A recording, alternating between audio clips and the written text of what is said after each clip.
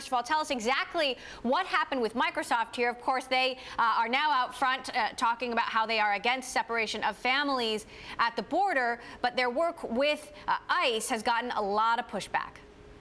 Exactly. Microsoft had this blog post back in January where they touted this contract that they had with ICE and how it had this great potential future to use AI tools like facial recognition. And it was just out there since January. And then all of a sudden it disappeared. And after kind of a lot of media scrutiny, they pretty quickly put it back online.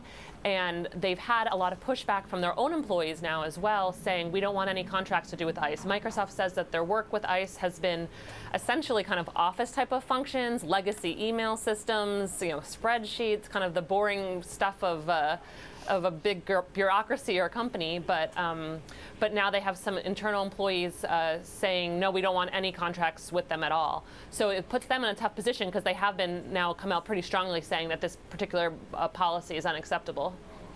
This coming from a letter from Microsoft employees obtained by the New York Times. We request that Microsoft cancel its contracts with ICE and with other clients who directly enable ICE as the people who build the technologies that Microsoft profits from. We refuse to be complicit. We are part of a growing movement comprised of many across the country who recognize the grave responsibility that those creating powerful technology have to ensure what they build is used for good and not for harm.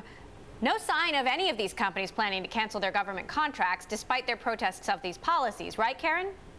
No, yeah, we haven't heard of anyone coming out and saying, no, we're going to cancel a contract, or even say that I've seen at least anyone say, no, we'll let this one lapse and won't look to renew it.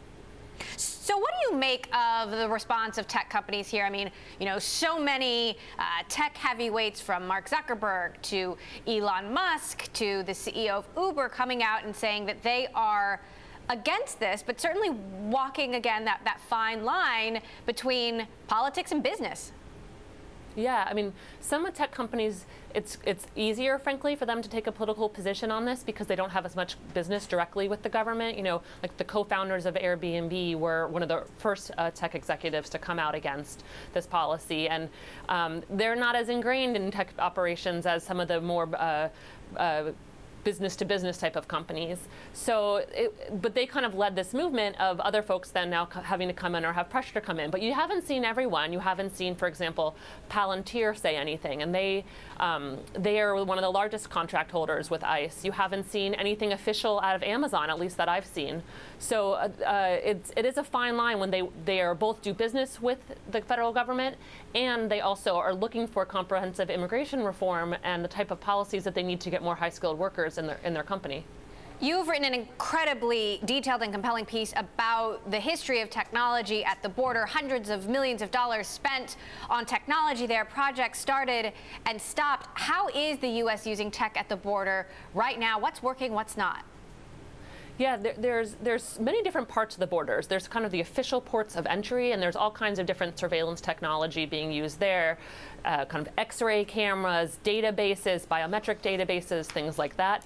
And then there's the huge expanse of the border between U.S. and Mexico, where that's just terrain. A lot of it doesn't have fencing along it, and that's where the government's tried for decades to use surveillance technologies to kind of bring the image of the border and border crossings into local patrol stations where they can then go out and respond. But the thing that just struck me and my colleague Lauren Etter, who did a lot of reporting on this together, was that decades of really struggling to make technology work. The border is immense. It is extremely harsh environment. There's huge winds. There's extreme heat. Insects eat through sensors. So this is really different than deploying a system in the middle of a city.